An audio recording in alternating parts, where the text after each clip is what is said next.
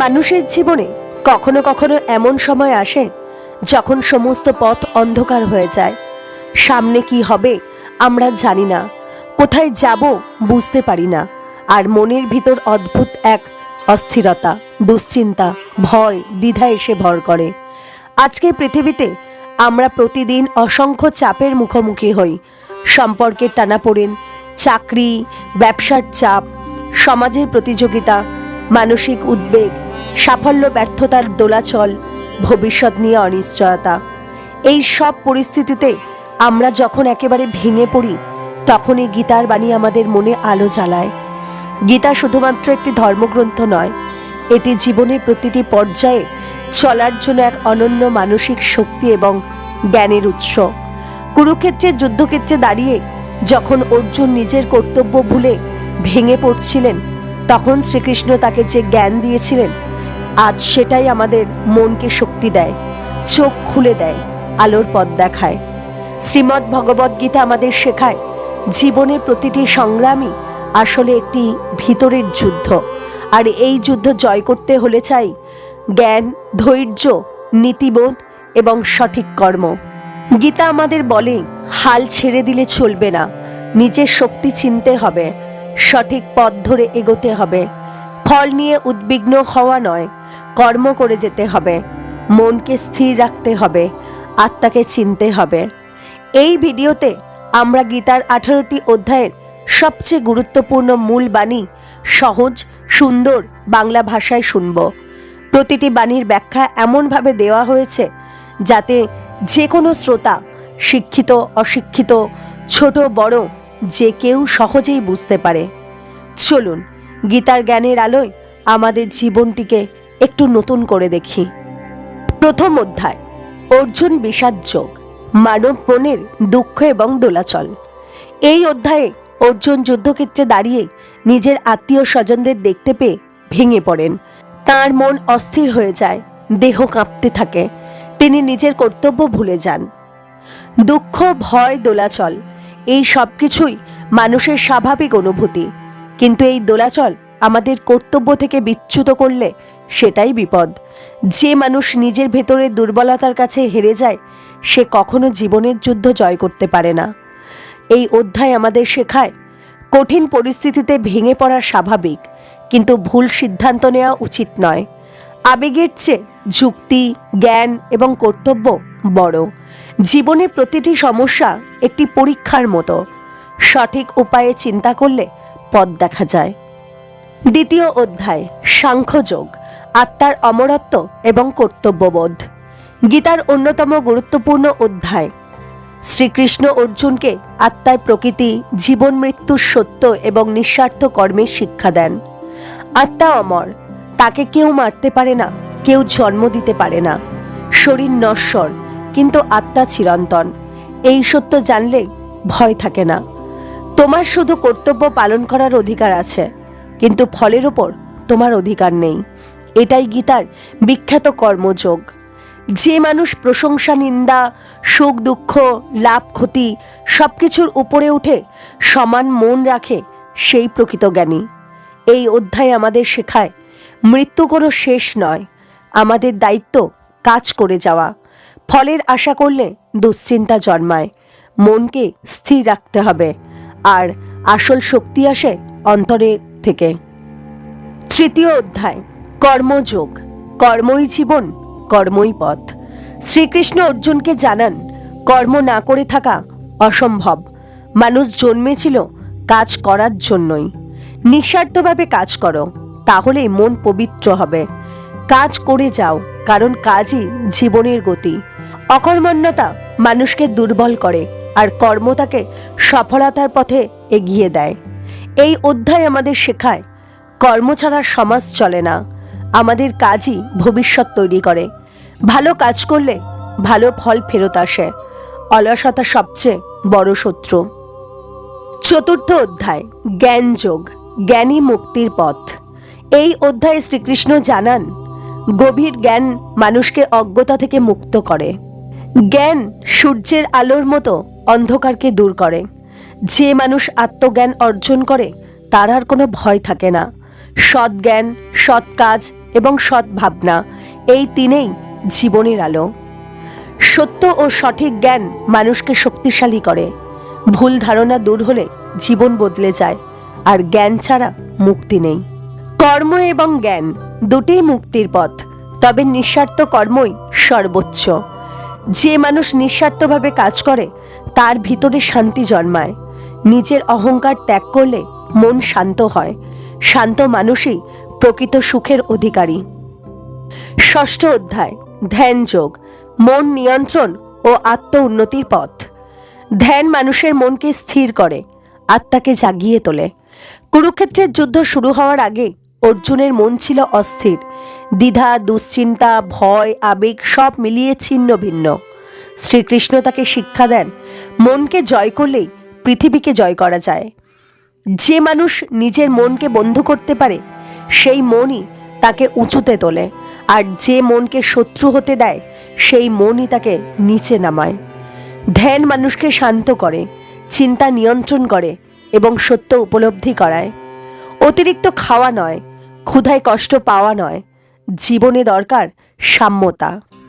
এই অধ্যায় থেকে আমাদের শেখায় ধ্যান প্রতিদিনের জন্য প্রয়োজন। মন নিয়ন্ত্রণ করলে সব কিছু নিয়ন্ত্রণ করা যায়। অতিরিক্ততা যে কোনো কিছুরই ক্ষতি করে। মনোযোগ শেখা মানুষের সবচেয়ে বড় শক্তি। এই অধ্যায়ে এমন এক সত্য প্রকাশ করা হয় যা আজকের যুগেও প্রাসঙ্গিক। মানুষের সবচেয়ে বড় যুদ্ধ হচ্ছে নিজের মনকে জয় করা। সপ্তম অধ্যায়, জ্ঞান বিজ্ঞান যোগ, ঈশ্বরকে জানার পথ। এই অধ্যায়ে শ্রীকৃষ্ণ বলেন, জ্ঞান এবং বিজ্ঞান দুইই ঈশ্বরের সৃষ্টি, এবং ঈশ্বরকে জানতে হলে প্রকৃত সত্য বোঝা দরকার। শ্রীকৃষ্ণ বলেন, আমি জলের স্বাদ, সূর্যের আলো, আগুনের উজ্জ্বলতা, সব কিছুতেই আমার অস্তিত্ব। অজ্ঞতা মানুষকে ঈশ্বরের থেকে দূরে সরিয়ে দেয়, জ্ঞান তাকে কাছে আনে। যে একাগ্র চিত্তে আমাকে ভজনা করে আমি তার হৃদয়ে অবস্থান করি। গীতা আমাদের শেখায় ঈশ্বর সর্বত্র আছেন। জ্ঞান মানুষকে অজ্ঞতা থেকে মুক্তি দেয়। ভক্তি ও বিশ্বাসই আত্মার শক্তি। সত্য উপলব্ধি করলে জীবন বদলে যায়। এই অধ্যায় আমাদের শেখায় একা নয়, মানুষ ঈশ্বরের শক্তির দ্বারা পরিচালিত। অষ্টম অধ্যায়, অক্ষর ব্রহ্মযোগ, আত্মার চিরন্তন সত্য। এই অধ্যায়ে শ্রীকৃষ্ণ ব্যাখ্যা করেন, মৃত্যুর মুহূর্তে যে চিন্তা মানুষের মনে থাকে সেটাই তাকে পরবর্তী জীবনের পথে পরিচালিত করে। জীবন শেষ হলেও আত্মার যাত্রা শেষ হয় না। মৃত্যুর সময় যে মানুষ অন্তর দিয়ে ঈশ্বরকে স্মরণ করতে পারে সে চিরশান্তি লাভ করে। এই পৃথিবীর সবকিছু নশ্বর, কিন্তু পরম সত্য চিরন্তন। গীতা আমাদের শেখায় মৃত্যু কোনো ভয়ের বিষয় নয়। জীবনে যেমন চিন্তা করি তেমনই ভবিষ্যৎ গড়ে ওঠে। ঈশ্বরকে স্মরণ করলে মন পরিষ্কার থাকে। সত্য এবং পবিত্র মনই মুক্তির পথ দেখায়। এই অধ্যায় মনের গভীরে স্থিরতা আনে, মানুষকে শেখায় এখনকার চিন্তা ভবিষ্যতের জীবন নির্ধারণ করে। নবম অধ্যায়, রাজবিদ্যা রাজগুহযোগ, সর্বোচ্চ জ্ঞানের রহস্য। এই অধ্যায় গীতার অন্যতম গুরুত্বপূর্ণ অংশ। ভগবান শ্রীকৃষ্ণ এখানে বলেন তার ভক্তি ও প্রেমের শক্তি কতটা মহাশক্তিশালী। শ্রীকৃষ্ণ বলেন, আমি এই বিশ্বের সৃষ্টি ও সংহার, আমি সবকিছুর ভিতরে এবং সবকিছুর বাইরে। যে আমাকে প্রেম দিয়ে ডাকে আমি তাকে সবসময় গ্রহণ করি। যে মানুষ ভক্তি নিয়ে একটি পাতা, একটি ফুল, একটু জল আর মাত্র একটি ফলও প্রদান করে আমি তা সানন্দে গ্রহণ করি। এই বাণী আজও লক্ষ কোটি মানুষের হৃদয়ে প্রেম, ভক্তি এবং দয়া জাগায়। গীতা আমাদের শেখায় ঈশ্বর ভক্তির মূল্য বোঝেন। অতি সামান্য দানও মূল্যবান যদি তা ভালোবাসা দিয়ে করা হয়। ঈশ্বর দূরে নন, তিনি আমাদের হৃদয়ের মধ্যেই আছেন। প্রেম ও ভক্তি জীবনের সবচেয়ে শক্তিশালী শক্তি। এই অধ্যায়ে ঈশ্বরের সান্নিধ্য মানুষকে কতটা শক্তিশালী করে তা বোঝানো হয়েছে। দশম অধ্যায়, বিভূতি যোগ, ঈশ্বরের মহিমা ও মহাশক্তি। এই অধ্যায়ে শ্রীকৃষ্ণ তার অসীম শক্তি, সৃষ্টি, প্রজ্ঞা, সৌন্দর্য, মহিমা সব ব্যাখ্যা করেন। পুরো প্রকৃতি, মহাবিশ্ব, শক্তি, বুদ্ধি সবই তাঁর অংশ। তিনি বলেন, আমি সব জীবের হৃদয়ে অবস্থান করি। জ্ঞান, স্মৃতি, বিবেচনা সবই আমারই দান। আমি শক্তির মধ্যে শক্তিশালী, ন্যায়ের মধ্যে ন্যায়, সৎ মানুষের মধ্যে সততা, আর জ্ঞানীদের মধ্যে জ্ঞান। যে কোনো অসাধারণ শক্তি, সৌন্দর্য বা দক্ষতা তুমি দেখবে, জেনে রেখো তার অংশ আমি। এই অধ্যায়ে শ্রীকৃষ্ণ অর্জুনকে জানান, পৃথিবীর যত মহিমা, যত সৌন্দর্য, যত শক্তি সবই পরমেশ্বরের এক ক্ষুদ্র প্রকাশ মাত্র। গীতা আমাদের শেখায়, ঈশ্বরের শক্তি অসীম, জ্ঞান ও বুদ্ধি ঈশ্বরের দান। প্রকৃতির প্রতিটি জিনিসেই ঈশ্বরের উপস্থিতি আছে। মানুষের অহংকার ভুল, আসল শক্তি বিনয় ও জ্ঞানের ভিতরে। এই অধ্যায় শোনার পর মানুষের মনে এক নতুন শক্তি, ভরসা এবং আস্থা জন্মায়। মনে হয়, আমি একা নই, ঈশ্বর আমার সঙ্গেই আছেন। একাদশ অধ্যায়, বিশ্বরূপ দর্শন, ঈশ্বরের অসীম রূপের প্রকাশ। এই অধ্যায় গীতার অন্যতম শ্রেষ্ঠ, অপূর্ব, মহত্তম অংশ। অর্জুন বহুদিন ধরে শ্রীকৃষ্ণকে বন্ধু, দার্শনিক, পথপ্রদর্শক হিসেবে দেখেছেন, কিন্তু তিনি জানতেন না এই সাধারণ মানব রূপের ভিতর লুকিয়ে আছে মহাবিশ্বের অধিপতি। অর্জুন শ্রীকৃষ্ণকে অনুরোধ করেন, আমাকে তোমার সেই পরম অসীম বিশ্বব্যাপী রূপ দেখাও। শ্রীকৃষ্ণ তখন অর্জুনকে দিব্যচক্ষু দান করেন, আর অর্জুন দেখেন যা কোনো মানুষ কোনোদিন দেখেনি। ব্রহ্মাণ্ডের সমস্ত সৃষ্টি, নক্ষত্র, গ্রহ, সূর্য, চন্দ্র, দেব দেবী, ঋষি, মুনি, সমস্ত জীব এবং বিলয়, অসীম আলো, অগণিত রূপ, রং, শক্তি, সময়ের প্রবাহ, সৃষ্টি ও সংহারের শক্তি, একটিমাত্র রূপে অনন্ত, অগণিত, সর্বশক্তিমান, সর্বব্যাপী। অর্জুন বিস্মিত, অভিভূত, কাঁপতে থাকা স্বরে বলেন, হে কৃষ্ণ, তোমার এই রূপ মহাবিশ্বকে ভীত করে, কিন্তু আমার হৃদয়কে ভরে দেয় অসীম জ্ঞান, শ্রদ্ধা ও প্রেমে। ভগবান বলেন, আমি সময়, আমি সকলের বিনাশকারী।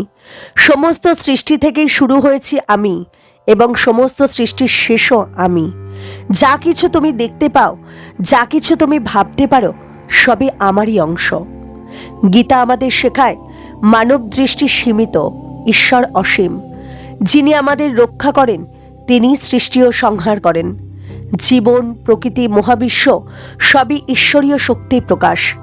ঈশ্বরের শক্তি উপলব্ধি করলে অহংকার ভেঙে যায়।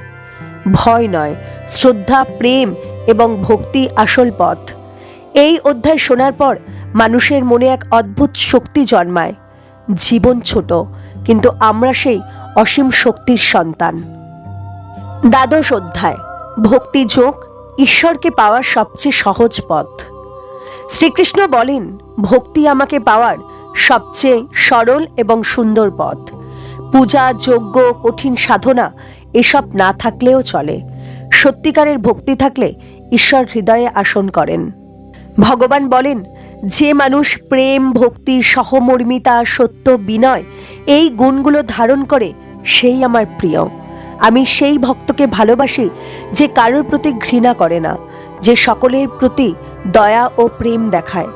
যে মানুষ শান্ত, সংযমী, নিজের কামনা বাসনা নিয়ন্ত্রণে রাখে, সেই প্রকৃত ভগবত ভক্ত। এই অধ্যায়ে ভক্তির গুণগুলোর বর্ণনা দেয়া হয়েছে। দয়া, অহিংসা, সত্য, সমদৃষ্টি, বিনয়, ক্ষমাশীলতা, শান্ত মন, সহজ আচরণ, ঈশ্বরের উপর বিশ্বাস এবং কষ্টে সুখে সমভাব। গীতা আমাদের শেখায়, ঈশ্বর ভক্তির শক্তিকে সবচেয়ে বেশি মূল্য দেন। ভক্তি মানে শুধু পুজো করা নয়, মানুষকে ভালোবাসারও নাম হলো ভক্তি। ভক্ত মানুষ কখনো একা হয় না। ভক্তির পথ সহজ কিন্তু গভীর। এই অধ্যায় হৃদয়কে কোমল করে, আচরণকে সুন্দর করে দেয়। ত্রয়োদশ অধ্যায়, ক্ষেত্র, ক্ষেত্রজ্ঞ যোগ, শরীর ও আত্মার প্রকৃতি। এই অধ্যায়ে শ্রীকৃষ্ণ ব্যাখ্যা করেন, মানুষের শরীর হলো ক্ষেত্র, আর আত্মা হলো ক্ষেত্রজ্ঞ, যে জানে, দেখে, অনুভব করে। ভগবান বলেন, শরীর পরিবর্তনশীল, কিন্তু আত্মা অপরিবর্তিত। জন্ম, মৃত্যু, বার্ধক্য, অসুখ এই সবই শরীরের ধর্ম, তবু আত্মা চিরন্তন। সে কখনো জন্মায় না, কখনো মারাও যায় না। এই অধ্যায়ে আত্মজ্ঞান ও দেহজ্ঞান আলাদা করে বোঝানো হয়েছে। শরীর নশ্বর, পরিবর্তনশীল, কষ্ট সুখ অনুভব করে, জন্ম মৃত্যুর অধীন। আর আত্মা চিরন্তন, নির্মল, অমর, অশরীরী। জীবনের আসল সত্য হলো আমরা শরীর নই, আমরা আত্মা। গীতা আমাদের শেখায় দেহের সমস্যাকে অতিরিক্ত গুরুত্ব দিলে দুঃখ বাড়ে। আত্মাকে জানলে মন শান্ত হয়। যা কিছু নশ্বর তাতে আসক্ত হওয়া ঠিক নয়। সত্যিকারের শক্তি আসে আত্মজ্ঞান থেকে। এই অধ্যায় মানুষকে অন্তরের দিকে তাকাতে শেখায়। চতুর্দশ অধ্যায় গুণত্রয় বিভাগ যোগ, 3 গুণের রহস্য। এই অধ্যায়ে শ্রীকৃষ্ণ মানব চরিত্রের 3টি প্রধান গুণ ব্যাখ্যা করেন: সত্ত্বগুণ, রজগুণ এবং তমগুণ। সত্ত্বগুণ আলো, জ্ঞান, পবিত্রতা, শান্তি, সত্য, নিয়ন্ত্রণ, পরিষ্কার মন, জ্ঞানের আকাঙ্ক্ষা। রজগুণ কর্ম, আকাঙ্ক্ষা, লোভ, অস্থিরতা, লোভ, প্রতিযোগিতা, অতিরিক্ত কর্ম এবং অর্জনের ইচ্ছা। আর তমগুণ অজ্ঞতা, অলসতা, ঘুম, বিভ্রান্তি, হিংসা এবং ভয়। মানুষের স্বভাব এই 3 গুণের মিশ্রণ। শ্রীকৃষ্ণ বলেন, সত্ত্বগুণ আলো দেয়, রজগুণ মানুষকে তাড়ায়, তমগুণ অন্ধকারে ডুবিয়ে রাখে। যে মানুষ এই 3 গুণের উপরে উঠতে পারে সেই মুক্ত। গীতা আমাদের শেখায় নিজের গুণ বুঝলে নিজের জীবনকে ঠিক করা যায়। সত্ত্বগুণ বাড়ালে সুখ এবং জ্ঞান বাড়ে। অতিরিক্ত রাজসিকতা থেকে দুশ্চিন্তা জন্মায়, তামসিকতা থেকে আসে অলসতা ও ক্ষতি। গুণের ওপর গুণ নিয়ন্ত্রণ করাই আধ্যাত্মিক উন্নতি। এই অধ্যায় মানুষের চরিত্র বোঝার এক গভীর পথনির্দেশ। পঞ্চদশ অধ্যায় পুরুষোত্তম যোগ, পরম আত্মার পরম সত্য। এই অধ্যায়ে শ্রীকৃষ্ণ মানব জীবনের উপমা হিসাবে একটি উল্টো অসত্য গাছের বর্ণনা দেন। এই গাছ যার শিকড় উপরে মানে ঈশ্বর, শাখা প্রশাখা নিচে অর্থাৎ পৃথিবী, পাতা হচ্ছে বেদবাক্য আর ফল হচ্ছে মানুষের কর্ম। এটাই জীবন, একটি বিশাল জটিল নশ্বর সৃষ্টি। শ্রীকৃষ্ণ বলেন, এই পৃথিবীর জীবন একটি ছায়ার মতো, নশ্বর, পরিবর্তনশীল, অনিত্য। যে ঈশ্বরকে জানে সেই সত্য জানে, সেই পরম শান্তি পায়। আমি সকলের হৃদয়ে অবস্থান করি। স্মৃতি, জ্ঞান, ভুলে যাওয়া এই সবই আমারই শক্তি। গীতা আমাদের শেখায় জীবন জড়িয়ে আছে কর্মফলের সাথে। আসলে ঈশ্বরই সমস্ত জীবের ভিতরে। দেহ জীবন ক্ষণস্থায়ী, আত্মা চিরস্থায়ী। মানব জীবনের আসল লক্ষ্য হল ঈশ্বর জ্ঞান। এই অধ্যায় মানুষকে মনে করিয়ে দেয় জীবন আলোর দিকে যাওয়ার একটি যাত্রা। ষষ্ঠদশ অধ্যায় দেব অসুর সম্পদ বিভাগ যোগ। এই অধ্যায়ে শ্রীকৃষ্ণ 2টি ধরনের গুণের ব্যাখ্যা দেন। দৈব গুণ মানুষকে উন্নতির দিকে নিয়ে যায়, আর অসুর গুণ মানুষকে পতনের দিকে নিয়ে যায়। দৈব গুণ হল অহিংসা, সত্য, দয়া, ক্ষমা, শান্ত স্বভাব, পবিত্র জীবন, নিজের উপরে নিয়ন্ত্রণ, ভয় ত্যাগ, দান, অধ্যয়ন, সরলতা। এই সব গুণ মানুষের আত্মাকে জাগিয়ে তোলে এবং ঈশ্বরের দিকে নিয়ে যায়। অসুর গুণ হল রাগ, লোভ, হিংসা, অহংকার, নিষ্ঠুরতা, দেশ, ক্ষমতার অহংকার, অসত্য, অন্যকে কষ্ট দেয়া। শ্রীকৃষ্ণ বলেন, দৈবগুণ মুক্তির পথে নিয়ে যায়, আর অসুর গুণ মানুষকে বন্ধনে জড়িয়ে ফেলে। তিনি বলেন, দৈবগুণের অধিকারী মানুষ ভয়কে জয় করে, সত্যি স্থির থাকে আর নিজের জীবনকে উন্নতির পথে নিয়ে যায়। অসুর গুণের মানুষ কাম, ক্রোধ, লোভ দ্বারা পরিচালিত হয়। গীতা আমাদের শেখায় নিজের ভেতরের দৈবগুণ বাড়াতে হবে। রাগ, লোভ, অহংকার আমাদের ধ্বংস করে। সত্য, শান্তি, দয়া মানুষকে শক্তিশালী করে, আর চরিত্রই মানুষের আসল পরিচয়। এই অধ্যায় মানুষের আচরণকে গভীরভাবে বিশ্লেষণ করে। জীবনের প্রতিটি মুহূর্তে কোন পথ ধরব, দৈব না অসুর, এই নির্বাচনই আমাদের ভবিষ্যৎ নির্ধারণ করে। সপ্তদশ অধ্যায় শ্রদ্ধাত্রয় বিভাগ যোগ, আমাদের বিশ্বাসের 3 রূপ। মানুষের বিশ্বাস, উপাসনা, খাদ্যাভ্যাস, কর্ম সব কিছু 3 গুণ দ্বারা চালিত হয়: সাত্ত্বিক শ্রদ্ধা, রাজসিক শ্রদ্ধা এবং তামসিক শ্রদ্ধা। সাত্ত্বিক শ্রদ্ধা হল আলো, জ্ঞান, সত্য, পবিত্র জীবন, দয়া, শান্তি, সৎ উপাসনা, অহিংসা, ঈশ্বরকে নিবেদিত হৃদয়। রাজসিক শ্রদ্ধা হল লাভের আশায় উপাসনা, ফলের আকাঙ্ক্ষা, প্রদর্শনী, অহংকার। আর তামসিক শ্রদ্ধা হল ভুল পথে উপাসনা, হিংসাপূর্ণ আচরণ, অজ্ঞতা, অন্যকে কষ্ট দেয়া।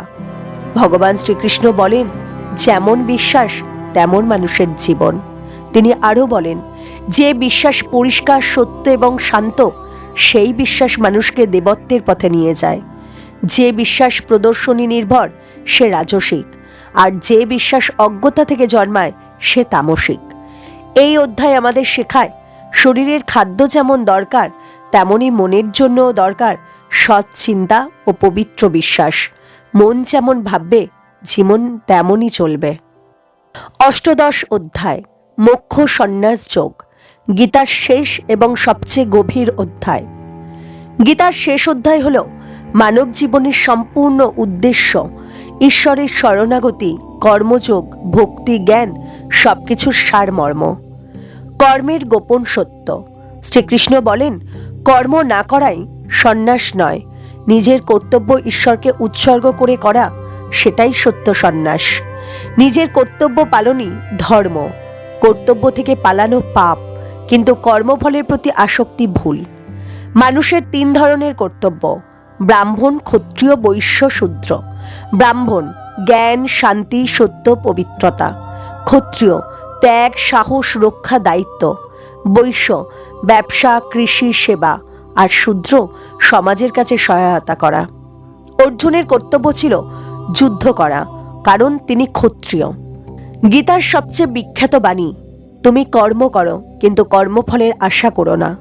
আমার শরণে এসো, আমি তোমাকে সব পাপ থেকে মুক্তি দেব। তোমার কর্তব্য করো, আমাকে ভাবো, আমাকে ভজো, তবে তুমি আমার কাছেই ফিরে আসবে। ভগবান শ্রীকৃষ্ণের শেষ নির্দেশ, অর্জুন তুমি ভয় পেও না, আমি তোমার সঙ্গে আছি। যুদ্ধ করো, কারণ এটি তোমার কর্তব্য। অর্জুনের মন আলোকিত হয়ে যায়। তিনি বলেন, হে কৃষ্ণ, আমার বিভ্রম দূর হয়েছে। এখন আমি স্থির, দৃঢ়, শক্তিশালী। আমি তোমার কথা মতো চলব। এইভাবেই শেষ হয় গীতার কথোপকথন, মানুষের অন্ধকার থেকে আলোতে যাওয়ার যাত্রা।